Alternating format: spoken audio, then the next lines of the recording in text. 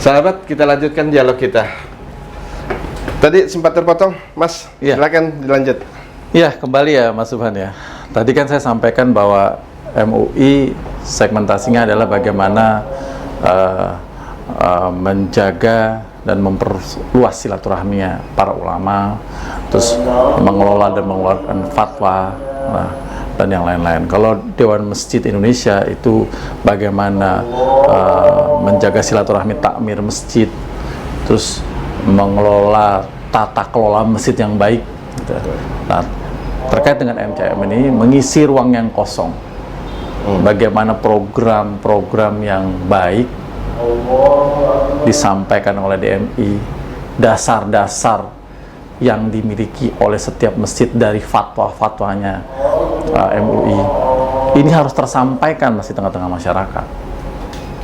Nah, masyarakat di sekitar masjid utamanya itu miniatur dari bagaimana potensi memakmurkan masjid bila masyarakat itu diajak untuk mencintai masjid.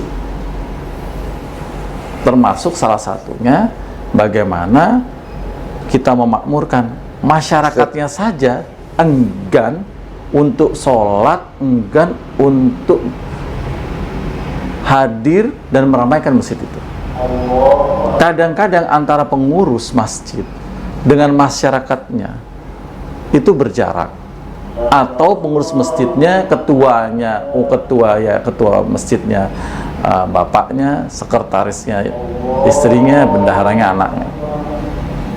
Tidak masalah Mas kalau itu masjidnya milik pribadi, tetapi penerimaan dan pelayanan masjid itu terhadap masyarakat sekitar masjid Pasti berbeda. harusnya lebih terbuka, Mas. Lebih terbuka, lebih menjadi rumah ibadah yang mengayomi masyarakat muslim di sekitar masjid. Kedua, terkait dengan peran masjid sebagai perekat umat Islam. Tetapi ada peran masjid dalam terkaitannya dengan merangkai hubungan antar umat beragama. Seperti apa nih? Kita ketahui bersama, Mas, bahwa sekitar masjid itu biasanya mayoritasnya muslim. Ya. Tapi ada juga, Mas, yang non-muslim. Pasti. Nah, bagaimana ini menjadi batu uji, ya kan, agar masjid ini bisa menjadi perekat bukan hanya untuk umat Islam saja, tetapi untuk antar umat beragama. Dalam konteks saudara, bukan konteks saudara seiman, tapi dalam konteks saudara sebangsa dan setanah air. Ya. Nah, kalau setiap pengurus masyarakat cinta masjid itu pertama bisa melakukan komunikasi dan masuk, tentunya dia masuk dalam kepengurusan, dia mewarnai dengan cara berpikir seperti itu. Saya pikir nggak ada lagi kita membahas tentang toleransi.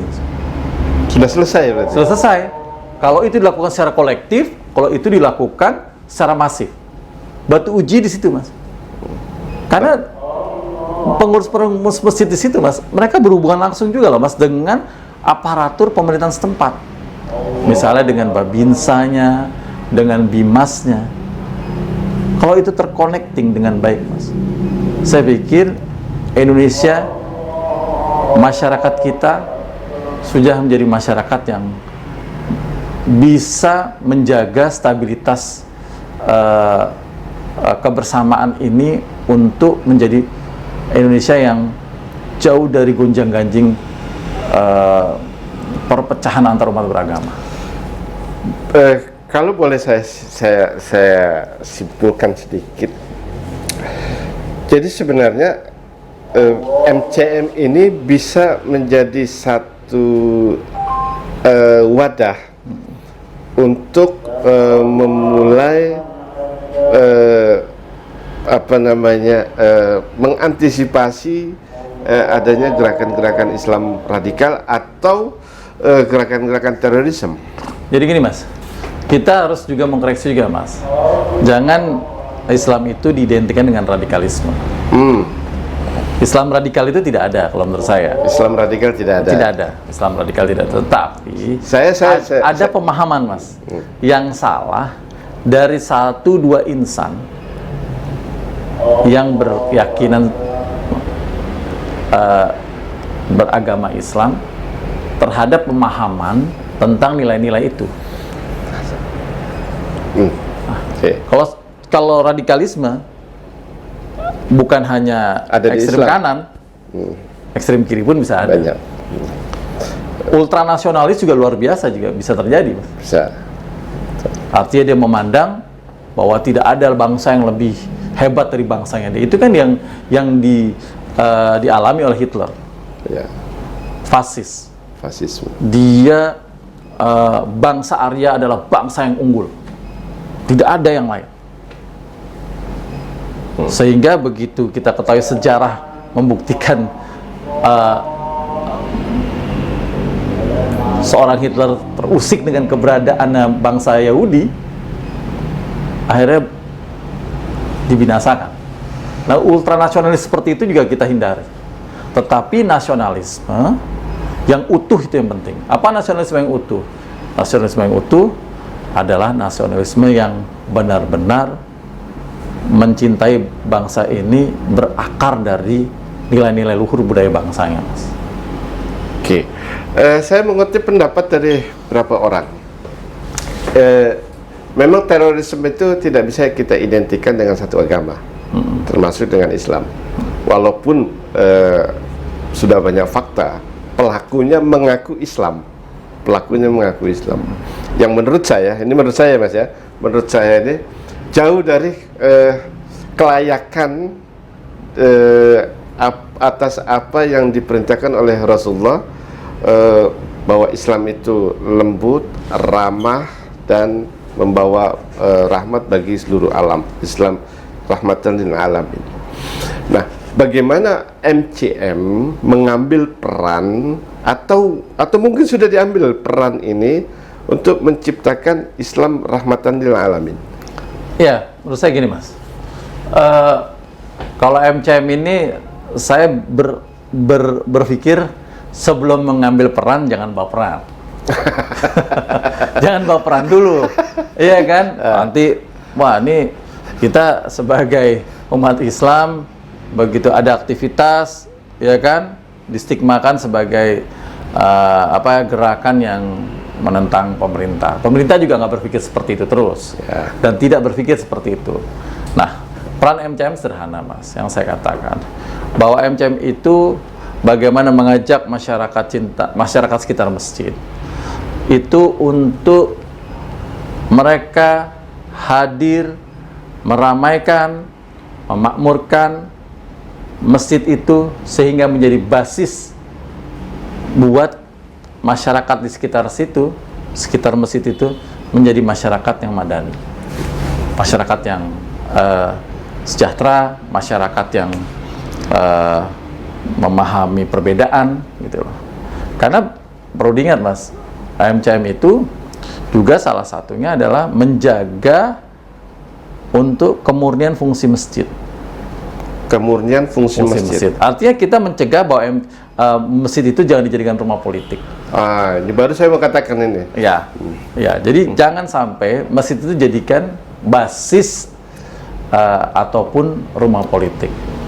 Apalagi menjadi cabang-cabangnya, kantor cabangnya partai politik. Partai politik. Seperti itu. Kalaupun kadernya menjadi pengurus masjid, silahkan. Tapi jangan sampai bukan pengajian di partai tersebut, ya kan?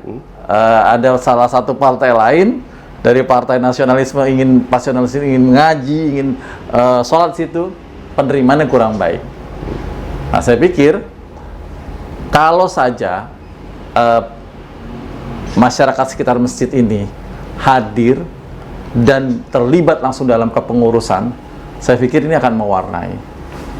Saya pikir ini akan membuka wawasan bahwa begini, Mas, kita lihat bagaimana Rasul dulu, bagaimana kita Wali Songo, tidak ada satupun senjata, baik itu pedang ataupun senjata tajam lah, senjata yang mematikan yang dipakai untuk digunakan berdakwah saat itu untuk berdakwah, yang dilakukan oleh Wali Songo. Tapi dengan budaya. Dengan budaya. Saya melihat yang disampaikan para wali itu di bumi Nusantara kala itu adalah menyampaikan Islam yang rahmatan lil alamin. Islam sebagai rahmat buat alam semesta ini. Disampaikan dengan perspektif ayat-ayat Quran yang sejuk, tidak menggunakan ayat-ayat perang, Mas. Ya. Seperti itu, Mas. Ya, ya. Iya kan? Nah, ini Dan dengan pendekatan budaya. dengan pendekatan budaya. Nah, saya mengambil contoh. Pada saat dulu Rasul ada satu masjid yang akan diperluas, khususnya masjidnya Nabi kala itu ada masjid yang tanahnya konon dimiliki oleh orang Yahudi. Yahudi. Ya. Rasul pada saat itu berkuasa. Betul. Menggunakan kekuasaannya sangat memungkinkan. Tapi apa yang membedakan Rasul Nabi besar Muhammad SAW dengan nabi-nabi yang lain, yaitu akhlaknya, Mas. Akhlakul khorimah. Sehingga Rasul menyampaikan, ya kalau kita ingin memperluas tanah itu milik orang lain, bukan milik orang Yahudi saja, belilah. Dibeli. Ya. Itu yang pertama, Mas. Artinya Rasul menghormati hak-hak orang lain. Ya. Kedua, berbicara tentang kesetaraan dan gotong royong. Pada saat konon, Hikayat menceritakan yang namanya batu Hajar Aswad itu akan dipindahkan, akan ditempatkan di tempat yang sesuai pada saat ini sekarang. Itu kan para sahabat berebut untuk mengangkatnya. Tapi Rasul menggunakan sorbannya, pegang di sisi sudut sorbanku, Ya. angkat bersama-sama. Itu bentuk gotong royong, Betul. kebersamaan. Seperti itu. Nah, pada saat begitu juga Rasul memerdekakan Mekah, Mas. Rasul memerdekakan Mekah itu bisa saja semua diislamkan Rasul kala itu. Bisa. Sangat bisa. Sangat bisa. Iya kan? Tapi atas kesadarannya sendiri, mereka akhirnya masuk dan beragama Islam, meyakini Islam. Tidak sedikit pun Rasul pada saat hari itu mengangkat pedangnya, meminta semuanya orang harus masuk Islam. Ya. Seperti itu, Mas. Kalau boleh saya simpulkan dari pemikiran Mas Anto, ini semua ada di Indonesia.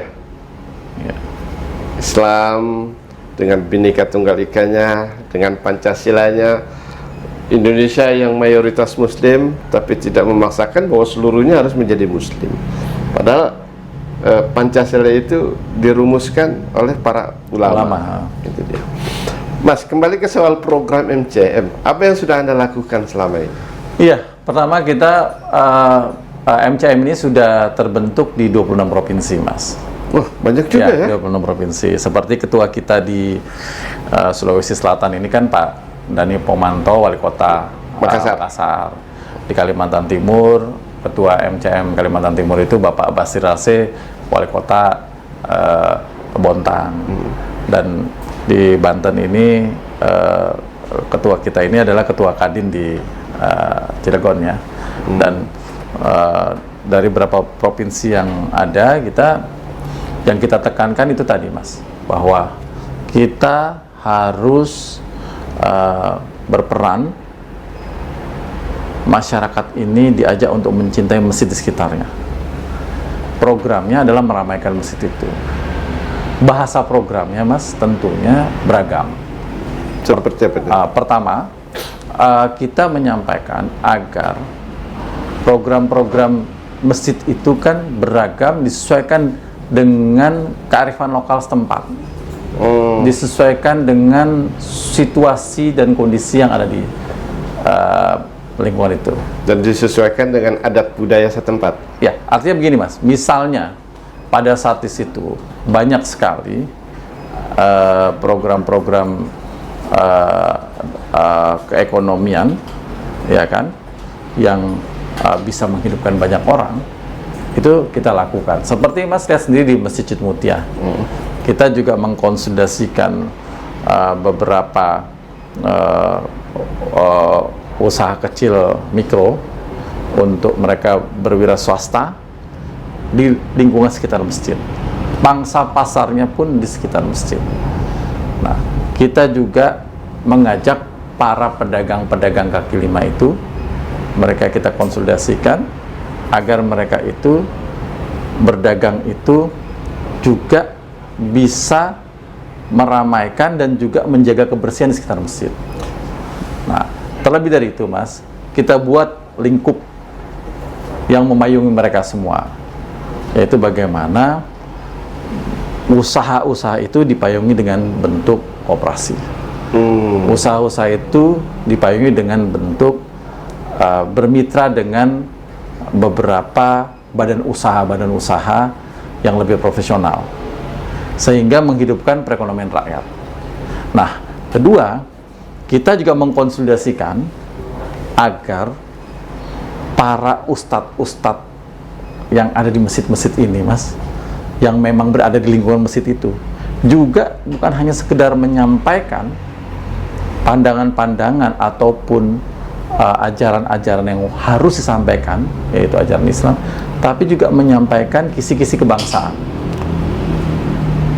Kisi-kisi kebangsaan. Jadi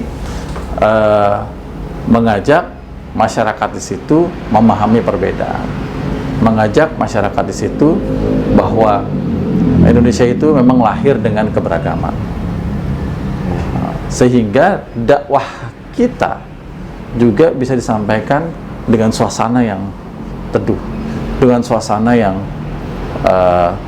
kondusif, ya, tidak dikotomi, mengharam-haramkan satu pihak, mengkafir-kafirkan satu sisi, tidak seperti itu. Terus yang ketiga, MCM juga kita ada wacana menyampaikan ide kepada pemerintah. Ini kan Bank Syariah Indonesia ini kan sudah menyatukan seluruh potensi bank-bank syariah yang ada di Indonesia, menjadi diholdingkan, dijadikan satu. Bukan holding, dijadikan satu. Jadikan satu. Harusnya, Mas, pangsa pasar kita kan besar, masyarakat kita besar, tapi keengganan orang Islam, keengganan untuk mempercayakan keuangan yang dimiliki itu dalam bank syariah juga besar juga. Sosialisasi itu harus dimulai, Mas, padahal yang kecil-kecil coba bisa digunakan. Masjid di Jakarta, di seluruh Indonesia itu, dan musola ini kan ada hampir 1 juta. Lebih bahkan, ya. Lebih bahkan. Ya. Nah, kalau itu dikerjasamakan dengan pengurus-pengurus masjid, sebagian tanahnya dipakaikan untuk anjungan tunai mandiri Bank Syariah Indonesia, saya pikir ini sama saja mulai mensosialisasikan, mengajak masyarakat untuk mari kita menabung di Bank Syariah. Menarik ya. Saya ingat di Jakarta itu kalau tidak salah ada sekitar 2.100 masjid kalau tidak salah, dan ada 3.000-an lebih musola. Seandainya masjid ini dipakai jadi ATM, saya tidak ngerti itu berapa yang harus dikeluarkan oleh BSI untuk melakukan maintenance, sewa tempat, segala macam. Berarti kan terjadi efisiensi kan, Mas? Sangat. Iya kan, terjadi efisiensi. Tinggal pola kerjanya saja, Mas, yang pola kerjasamanya dengan pihak dengan pihak pengurus masjid maupun pihak yang berwenang mengatasnamakan masjid itu, sehingga wilayahnya ataupun tanahnya bisa dikerjasamakan. Saya pikir nanti akan multi efek loh, Mas, di sana. Iya, multi efek. Biasanya kalau ada ATM tumbuh, Mas. Yang namanya pedagang-pedagang mikro ya, pedagang-pedagang kecil itu tumbuh, Mas. Kios-kios itu akan tumbuh. Minimal seminimal di sana ada tukang parkir, Mas. Itu direksi BSI, Anda dapat ide itu. Sayang kalau tidak dijalankan ide ini ya. Saya pikir itu banyak lagi, Mas. Ya, saya juga mau menanyakan ini, adakah Kementerian Koperasi kita, ya kan, mengidekan apa yang menjadi pemikiran saya terhadap konsep bank syariah. Ya, ada anjungan tunai mandirinya. Kayak Masjid Mutia ini, Mas, sudah sehat. Sudah sehat karena kita punya beberapa kios kan gitu kan ya. Artinya kita berharap bahwa masjid-masjid besar yang lain juga sudah seperti ini juga tentunya bisa menggelorakan ini kepada pengurus masjid yang lain. Nah, ini kan harus dari sekitar masjid, Mas. Ya. Makanya, Mas, kalau jadi pengurus masjid jangan nunggu usia pensiun. Tuh dengerin Menek BUMN. Jangan nunggu usia pensiun. Jangan nanti masjid BUMN diisi oleh orang-orang pensiunan. Iya, orang-orang yang sudah mau pensiun. Isi pejabat yang paling strategis di situ mengurus masjidnya. Itu. Iya kan, pasti makmur itu masjidnya, Mas. Iya. Kan seperti itu. Pasti. Akselerasinya akan berbeda. Wong Rasul aja, Nabi Muhammad menjadi Rasul umur 40 tahun. Ngurus masjid nunggu 75 tahun, Mas. Apalagi ya memang ada indikasi banyak masjid-masjid di kementerian yang dipegang oleh orang-orang yang gitu, kalau ceramah Jumat itu bukan bicara soal Islamnya, bicara Quran, bicara hadis, tapi bicara politik. Nah, ini Mas, saya sebenarnya sedikit ada bagian daripada lembar latar belakang mengapa MCM salah satunya berdiri. Saya ini bukan dai, Mas. Saya ini bukan ulama, tapi saya mantan ketua remaja masjid dan sekarang jadi pengurus masjid. Seiring seperjalanan sewaktu saya itu SMP, SMA menjadi ketua remaja masjid, setelah kita itu bekerja, berkeluarga, akhirnya kita berpencar, mencari nafkah di semua lini, di semua beberapa tempat di daerah, akhirnya tanpa terasa sudah banyak yang jadi ketua-ketua masjid. Nah, titiknya, Mas, pada saat itu tiba-tiba di saat yang namanya pesta demokrasi dulu pada tahun 2018-2019 itu saya mendengar beberapa informasi dari teman-teman saya, banyak masjid pada saat melakukan proses khotbah dan salat Jumat, khususnya khotbahnya itu diinterupsi, Mas. Iya. Oleh jamaahnya. Oleh jamaah. Karena isi khotbahnya lebih banyak muatan politisnya Ketimbang bicara soal agamanya. ketimbang bicara tentang nilai-nilai Islamnya. Nah, akhirnya kita tergerak. Wah, ini harus benar-benar kita jaga. Besok, Mas, orang masjid itu banyak yang dipakai untuk seperti itu, orang sholatnya di rumah, Mas. Ya, sepakat saya itu. Iya kan? Itu kita jaga, Mas. Makanya kalau ada satu masjid di BUMN, masjid di pemerintahan, ceramahnya itu tone-nya berbeda dengan umumnya ceramah-ceramah di masjid pemerintahan gitu, nilai-nilai keislaman yang harus dimunculkan, kan aneh, Mas. Ini salah kelola atau memang nggak dikelola sama sekali. Kalau salah kelola masih kelola, Mas. Ya. Tapi nggak dikelola sama sekali. Lebih sedih lagi, Mas, masjid kalau seandainya para pejabat-pejabat setempat di dalam kementerian itu, masjidnya itu Mas di basement. Kebanyakan seperti itu. Masjidnya di basement. Koperasinya adanya kalau Jumatan aja, Mas. Taruh tromolnya, Mas, sama titip sepatu, sama titip sendalnya, banyak kan titip sepatu sama sendalnya. Nah, ini kritik sosial ya, Mas. Ya. Jadi, wahai para menteri, mudah-mudahan apa yang tadi dikatakan Mas Anto, Ketua Umum MCM, Anda bisa lakukan. Anda bisa menunjuk pejabat yang strategis untuk mengurus masjid. Kalau Anda tidak bisa lakukan itu, percuma Anda jadi menteri. Ya, out of the box loh, Mas. Iya. Iya. Rasul, Mas, waktu mengirimkan pejabat-pejabat yang akan mensyiarkan agama Allah di beberapa negara, itu yang terbaik, Mas. Pasti. Yang terbaik. Pasti. Dikirimkannya itu yang terbaik. orang-orang terbaiknya. Seperti itu.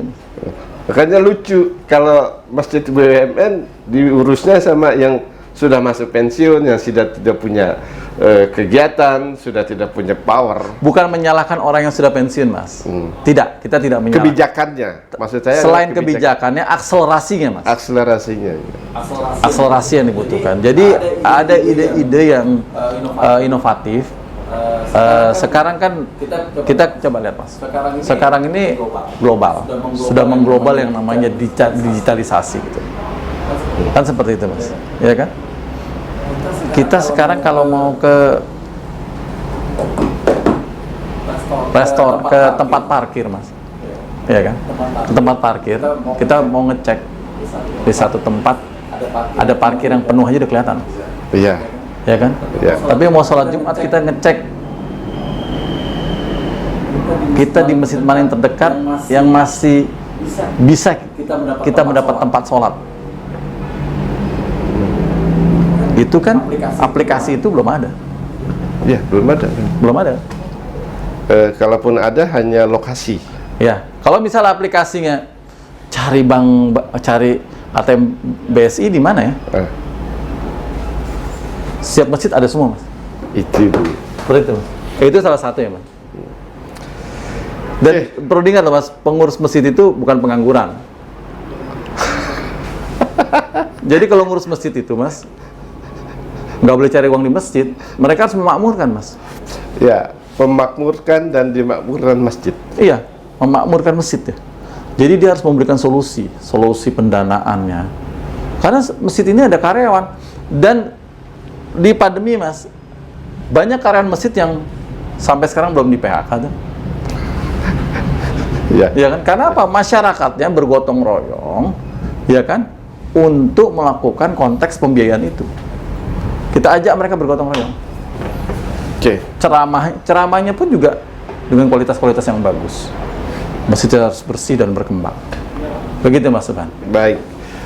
Terakhir, Mas Anto, apa yang Anda harapkan dari pemerintah untuk menghidupkan sosial kemasyarakatan di masjid, ekonomi kerakyatan yang dari masjid, dan kerukunan antar umat beragama dimulai dari masjid. Apa yang Anda harapkan dari pemerintah? Iya, jadi gini, saya berharap pemerintah jangan melihat masjid itu sebagai wadah yang minta sumbangan saja. Tapi masjid itu bisa menciptakan peluang-peluang yang lain. Tetapi arahnya harus memakmurkan masjid dan memakmurkan lingkungan sekitar masjid. Memakmurkan masjid dan memakmurkan lingkungan masjid. Sekitar masjid. Terus di masjid apa yang tidak ada, Mas? Semua sumber daya manusia semua ada di situ. Contoh, ulamanya, setiap masjid pasti punya ulamanya. Pasti. Kedua, masjid pasti punya manajemennya. Ketiga, pengkaderannya, masjid rata-rata punya pemuda dan remaja masjid. Masjid juga punya lembaga-lembaga pendidikan informal. Ya. Misalnya belajar mengaji, RA lah ya. ya, Raudatul mendalami Al-Quran, walaupun itu informal. Ibu-ibunya atau kategori mak-mak yang disampaikan beberapa orang-orang politik mak-mak nyarinya juga di masjid, Mas. di masjid. Iya. Pengajian ibu-ibunya ada, yatim piatunya ada. Jadi sebenarnya kalau itu dikelola dengan baik, Mas, saya pikir itu sudah sama saja menjawab persoalan-persoalan keseharian di sekitar masyarakat sekitar kita. Nah, jangan masjid itu hanya dijadikan seremonial, jadikan sebagai mitra. Jangan jadikan masjid itu seremonial, tapi dijadikan mitra. Mitra, jadikan mitra untuk membangun masjid ini, membangun bangsa ini. Membangun bangsa. Oke. Karena pemerintah tidak perlu keluar infrastruktur yang berlebihan, tidak perlu melakukan sebuah konsolidasi personifikasi yang besar. Di masjid itu berguna sekali buat masyarakat sekitarnya. Faktanya pada saat terjadi banjir, bencana alam, pemerintah belum siapin tenda, mesti jadi tempat pertama pengungsi. pertama pengungsi. Pejabatnya langsung datang, Mas. Tapi habis pengungsian habis, bencana yang habis, pejabatnya diundang belum tentu datang lagi, Mas, di masjid. Itulah Indonesia. Itulah yang terjadi. Itu yang terjadi. Iya, ya, Mas.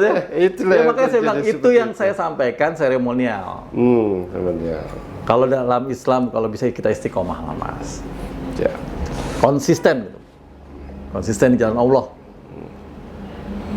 Fastabiqul khairat. Iya, Mas. Seperti itu, Mas. Ada banyak hal yang sebenarnya ingin kita gali dari MCM, tapi karena memang keterbatasan waktu, Mas Anto. Iya, Mas.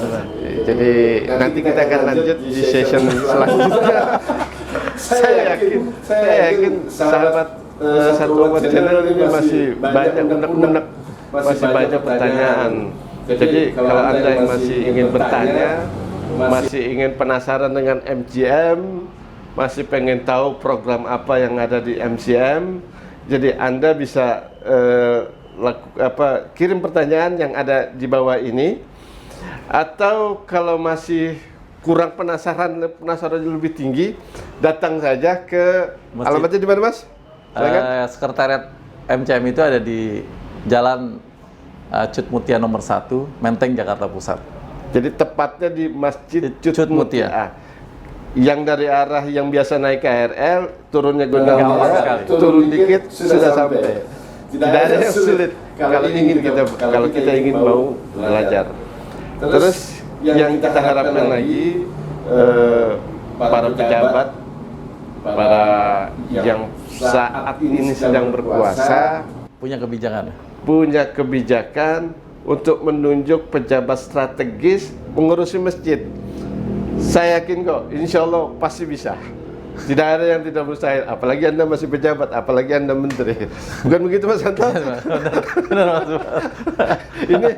Ini bukan untuk menekan Anda, enggak, tapi ini ide yang dipaksakan untuk Anda. Untuk siapa? Bukan untuk kami, bukan untuk Mas Anto, bukan untuk mengurus masjid, tapi untuk seluruh masyarakat, agar Indonesia bisa menjadi lebih baik dari saat ini. Demikian sahabat, dialog kita hari ini. Kita akan jumpa di lain waktu. Mas Anto, syukran kasiran, syukran kasir, jazakallah. Kita akan jumpa di lain kesempatan dengan narasumber yang lain. Wallahu muwaffiq ila komentarik. Wassalamualaikum warahmatullahi wabarakatuh. Waalaikumsalam warahmatullahi wabarakatuh.